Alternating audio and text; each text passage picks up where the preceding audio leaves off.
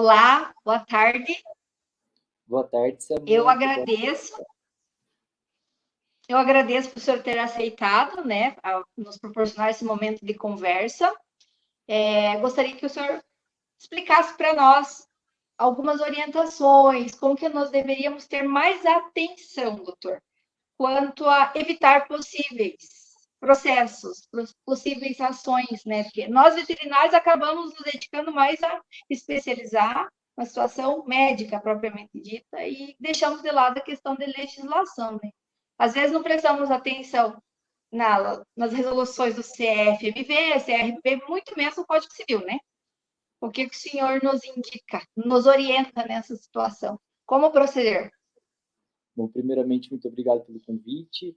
Eu acredito que é uma área muito importante, é uma área que às vezes eu sou advogado, mas eu também sou médico veterinário, sou professor dos dois cursos, então eu vejo um pouco dos alunos também que estão se formando hoje.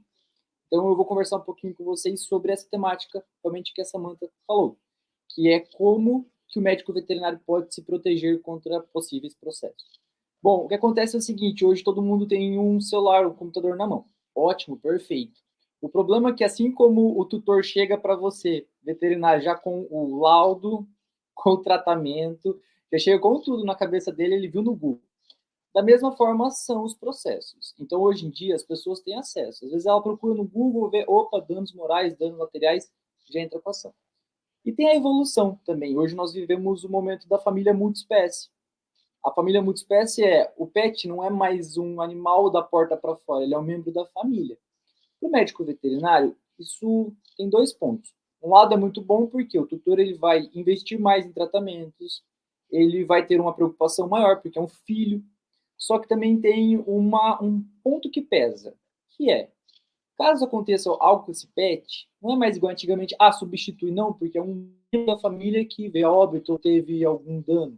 E aí o número de ações que estão acontecendo contra médicos veterinários está crescendo nessa mesma proporção que o número de aumento de animais como membros de família. Mas vamos ver o lado bom de tudo isso e tentarmos o quê? Nos protegermos contra possíveis processos. Quando a gente fala processo, né, o médico veterinário, vocês, médicos veterinários, são responsáveis por meios. O que isso significa? Você nunca vai vender o resultado. Sabe aquela coisa de filme, de série, que o médico sempre, quando chega para a família, para dar algum diagnóstico, alguma coisa, fala assim, olha, é uma cirurgia simples, mas sempre existe um risco. Ou então sempre fala, existe 1% de chance. Nunca dá 100%. Você não vende a cura. Na medicina humana, na estética, existe a venda da cura, que é em cirurgias estéticas. Só que na medicina veterinária, cirurgias estéticas, proibição. O que acontece é que nós vendemos os meios. Então, prológico, nós sabemos, todos os dias pacientes morrem por N fatores. Mas, o que diferencia de poder ter um processo ou não? Existe uma coisa que se chama nexo causal. O que é o nexo causal? A ação ou a omissão do médico veterinário levou àquela consequência? Então, sempre num processo, porque, gente, o tutor é direito dele entrar com uma ação. É um direito. Assim como qualquer pessoa pode entrar com uma ação.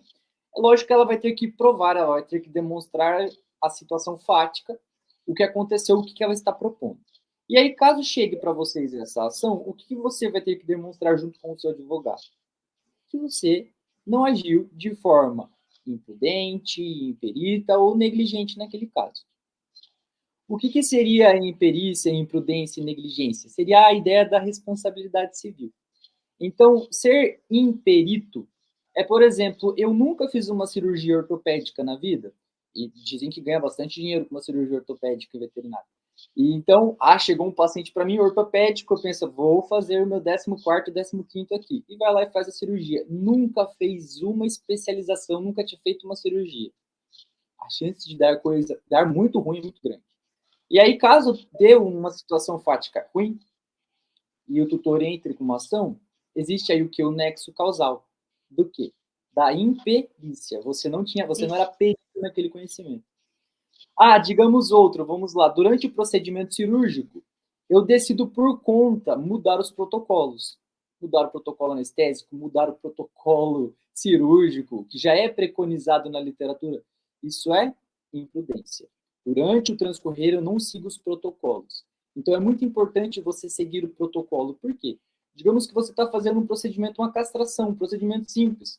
Mas nós sabemos que podem acontecer situações diversas, tanto é que o tutor assina um termo de consentimento para a própria anestesia, digamos assim, em que podem acontecer situações que levem ao animal a uma consequência que não era esperada, ou não tão esperada. O que te assegura é você ter seguido os protocolos. E, por fim, tem a negligência. O que é ser um negligente? Sabe aquele tutor que chega para você e fala assim, não, pode castrar, não precisa fazer hemograma, plaqueta, por quê? Não, vai ficar caro. Eu assino o termo. Não precisa, eu assino. Ele fala isso nesse momento.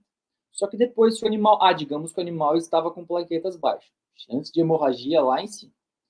Fez a cirurgia. É aquela lei de Murphy. Se vai acontecer, vai acontecer. E aí, ele entra com uma ação, você fala o quê? Não, ele assinou o termo, ele tinha consentimento.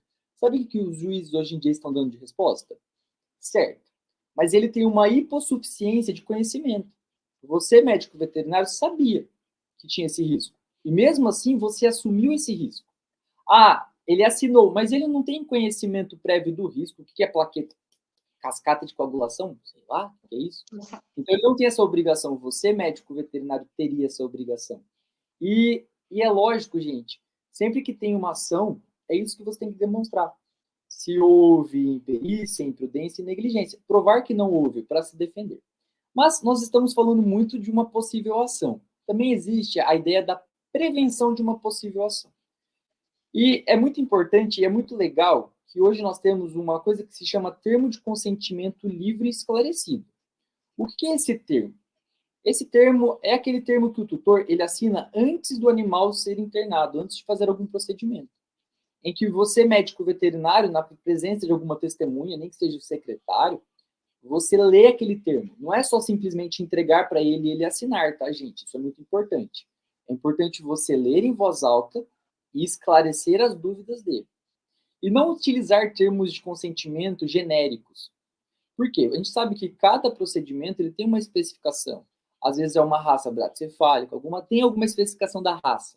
Então, tem termos, né? Criar termos que se encaixem naquele caso. Por quê?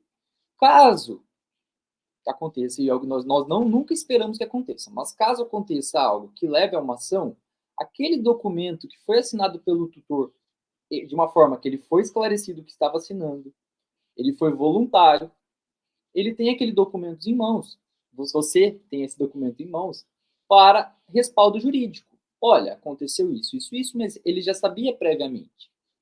Mas fica muito frio o que eu vou falar agora. Mas para o Código Civil brasileiro, animal é objeto. Animal é coisa. É um objeto que se move. Então, lógico, hoje nós temos já algumas ações em que o animal quem peticiona a ação, é o autor, mas isso ainda está engatinhando no Brasil, essa ideia do direito animal. Está começando, é importante para vocês veterinários, vai impactar num futuro breve, mas no momento não. Só que é o seguinte, quando a gente fala que o animal é um objeto, é uma coisa, a gente fala assim, já puxando para uma outra curiosidade para vocês, digamos que chegue uma pessoa para vocês na sua clínica, no hospital, no seu consultório, leva um paciente para vocês para ser atendido. Digamos que essa pessoa pegou esse animal na rua e ela não é a proprietária, mas ela levou para você. Quem é o responsável por pagar os encargos? A pessoa que levou.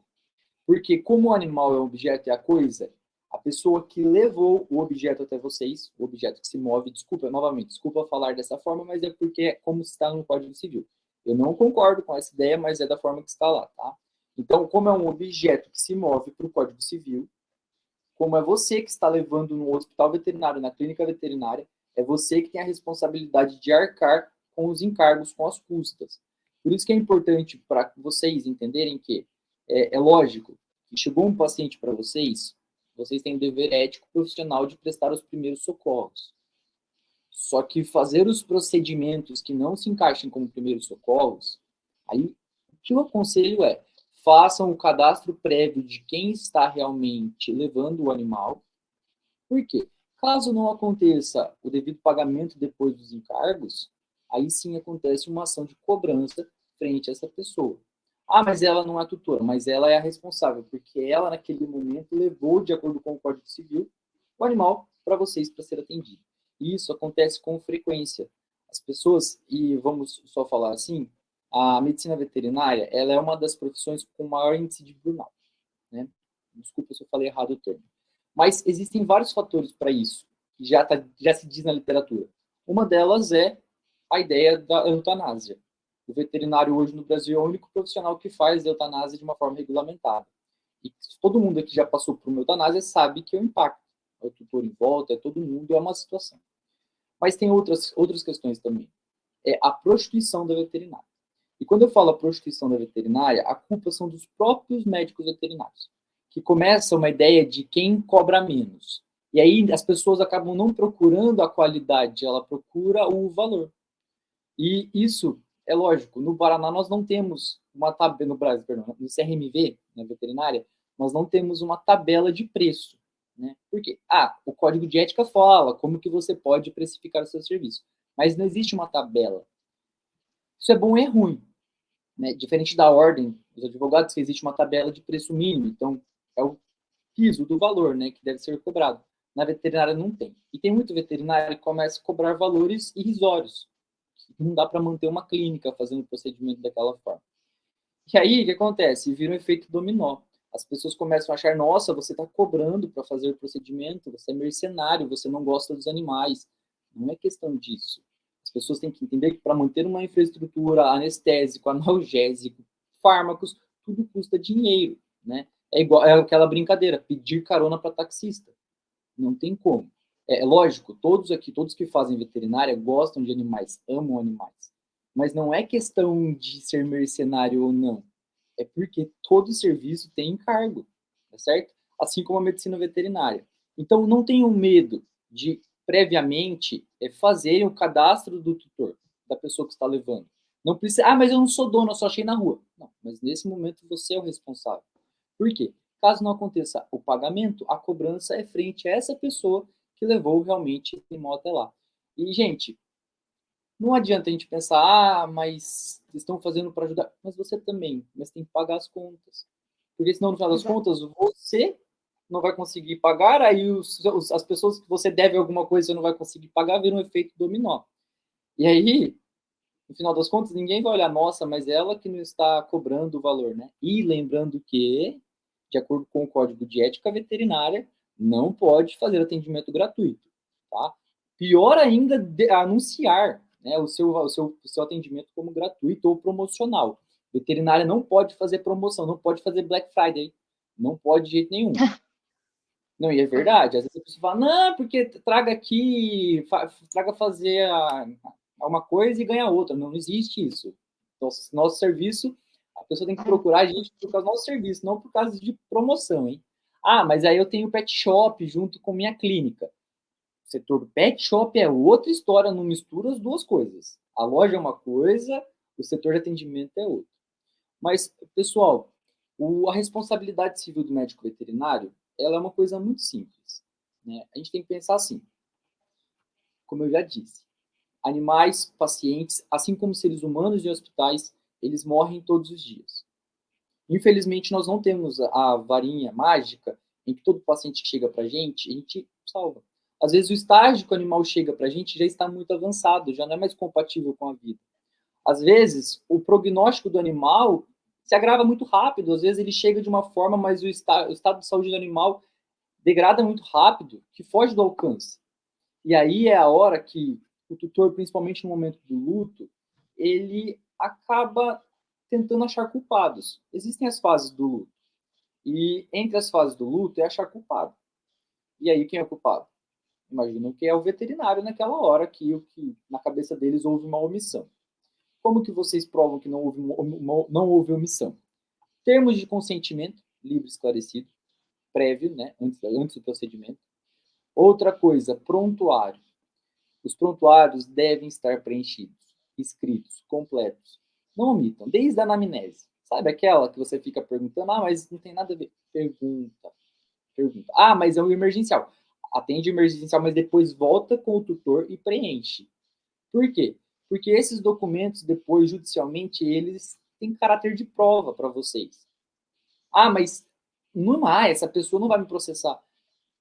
Não subestime, não subestime, tá? Por quê? Porque no momento, quando tá tudo bem, todo mundo tá tudo bem. É igual casamento. Ninguém imagina que vai acabar com o divórcio. A gente espera que não acabe. Mas quando acaba, não acaba bem. Acaba, às vezes, eventualmente acaba em um processo.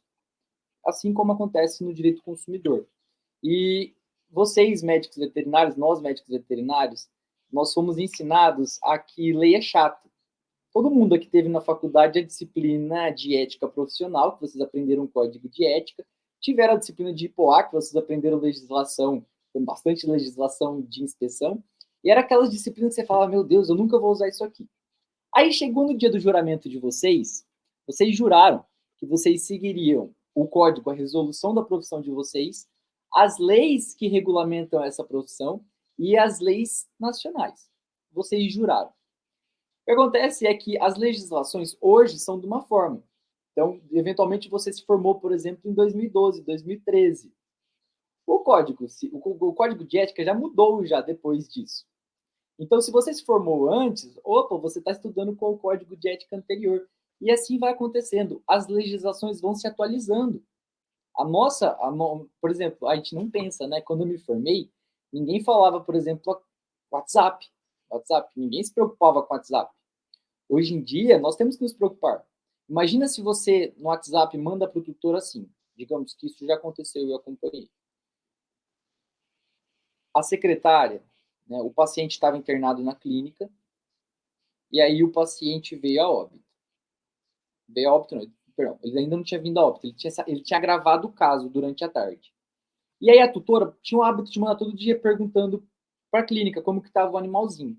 E a secretária, acho que no intuito de responder e acalmar a tutora, falou, não, ele tá bem, tá até brincando no quintal.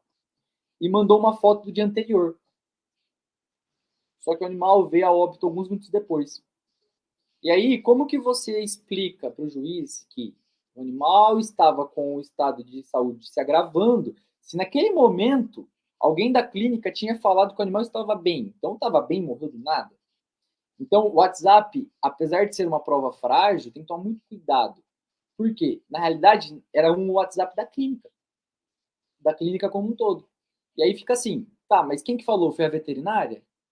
Foi a secretária? Quem que me falou que estava tudo bem? Porque daí, como é o WhatsApp da clínica, foi a clínica que deu essa ideia, que estava tudo bem. Criou falsa expectativa no tutor. Então, o que eu já dou dica para vocês, para quem aqui já tem clínica, trabalha em clínica, se vocês trabalham com WhatsApp, tenham o hábito de, no final da mensagem, escrever quem é o veterinário que está escrevendo aquela mensagem. Porque caso tenha algum problema depois, já sabem quem que é que foi que deu aquela mensagem. Porque não joga a responsabilidade toda em alguém que a gente não sabe quem é. No caso ali foi a secretária, que não tinha perícia nenhuma para estar respondendo em nome do médico veterinário. Mas isso acontece, tá? Porque as pessoas às vezes não sabem, desconhecem, mas não dá para alegar numa ação judicial, principalmente frente ao CRMV, que você fez algo ou deixou de fazer algo porque você não sabia de atualizações da legislação, tá certo? Só uma curiosidade para vocês. Uma legislação, quando ela é alterada, ela é mudada, ela não entra em vigor automaticamente. Tá? Por exemplo, o Código de Ética foi aprovado hoje, um ano depois ele entrou em vigor. Deram um ano para os médicos veterinários se adaptarem, conhecerem a nova legislação. A nova legislação que refere-se a consultórios, clínicas, hospitais, que mudou vários detalhes, inclusive a necessidade de ter banheiro na recepção, acessibilidade, entre outros fatores, não criaram a lei hoje e entrou em vigor amanhã. Não, eles deram um período para a população, para os veterinários se adaptarem. Só que passando esse prazo, não dá para você falar, nossa, mudou, não sabia. Não, porque você jurou lá na sua colação de grau que você iria seguir as legislações atuais e futuras que regem a medicina veterinária. Tá certo? Certo. Muito obrigada. A título de curiosidade, esses processos acontecem corriqueiramente? Acontece. E cada vez crescendo mais. Por quê? Vamos lá, vamos pensar. As pessoas hoje Bom, advogado tem bastante, tem. A internet está aí, a pessoa está num momento que ela está fragilizada. Ela quer achar culpado. Ela começa a procurar quais seriam os direitos dela. Isso é natural, tá, pessoal? Isso é a coisa assim mais certa. É uma causa e consequência. O número de animais como pet está aumentando. Isso é ótimo, mais é pacientes para nós, médicos veterinários. Ao mesmo tempo, isso também gera uma consequência maior, que é maior número de processos. Então, está crescendo meio que em conjunto o número de família multiespécie, pets, número de processos. E como que a gente pode evitar processos? Evitar processos é muito difícil. Por quê? Porque cada cabeça é uma sentença. Não tem como você impedir que a pessoa entre com uma ação. Ela pode entrar. Ah, mas então eu vou largar a medicina veterinária. Não, isso seria em qualquer profissão. Digamos que você vá numa loja e você é destratado. Você pode entrar com uma ação. Porque qualquer convivência humana pode gerar uma ação. Né? É que nós estamos falando da medicina veterinária porque é a nossa área. Né? Mas qualquer situação do dia a dia pode levar a uma ação. A veterinária também é uma delas. E o juiz, quando ele é acionado pela parte autora, pelo tutor, ele não pode falar, opa, não existe processo. Se a parte demonstrar alguns fatores ali, ele vai começar o processo. Você vai ser chamado. Só que antes do processo começar, você pode contestar. O que é contestar? Demonstrar que aquilo que está sendo alegado pela parte autora, olha, o animalzinho morreu, foi maus tratos, assim, foi negligência, imperícia da clínica, do veterinário. Você demonstra com as suas provas, com o prontuário, com os exames pré-operatórios, com o histórico do animal dentro do internamento, uma necrópsia, né, uma perícia pós-mortem, que vai demonstrar que você, durante aquele atendimento, durante o transcurso daquele caso, você não agiu em imperícia, em imprudência e em negligência. Tá certo? E tem um detalhe que talvez eu não comentei com vocês, mas vocês sabiam que o médico veterinário pode se negar a atender um paciente? Pode. E, assim, às vezes a gente pensa, não, mas o veterinário tem que atender qualquer paciente que chega para ele. Não, não é obrigatório. Ah, mas existem alguns excludentes. Existem.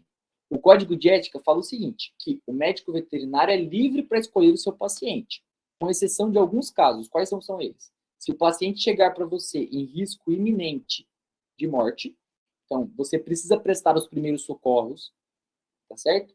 Ah, mas eu sou veterinário de grandes animais. Eu nunca mexi com cães e gatos. Só na faculdade. E chegou um cão e um gato aqui. Eu fui atender uma propriedade, chegou um cão e um gato aqui em estágio muito grave. Eu preciso atender ele. Precisa porque primeiros socorros ali para você não parecer que está sendo omisso naquele caso. Só que nesse caso, digamos que você segue um protocolo errado.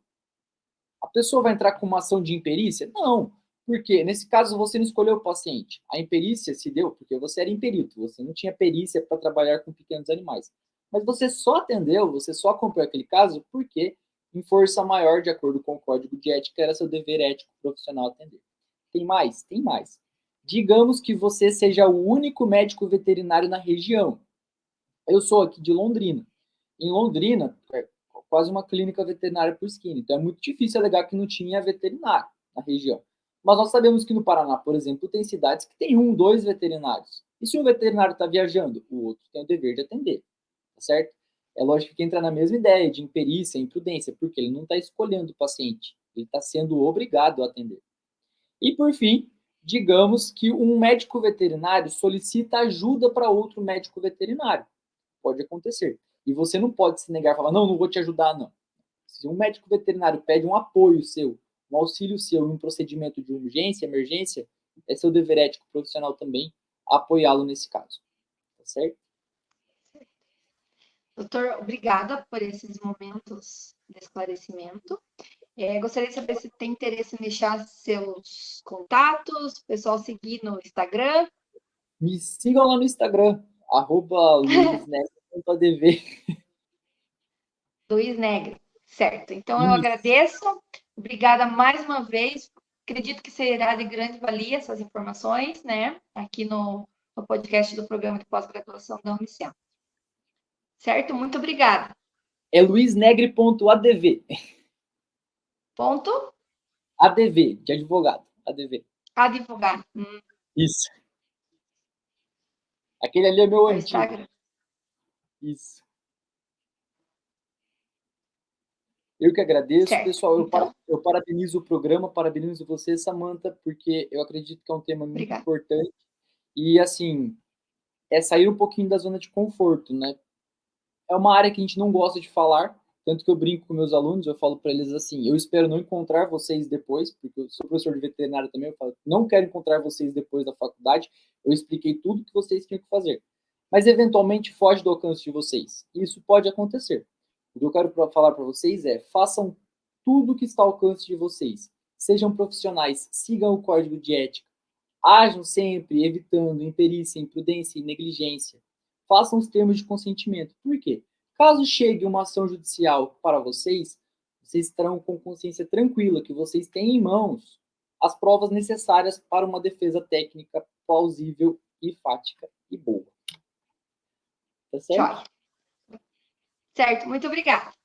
Eu agradeço. Tchau, tchau. Tchau.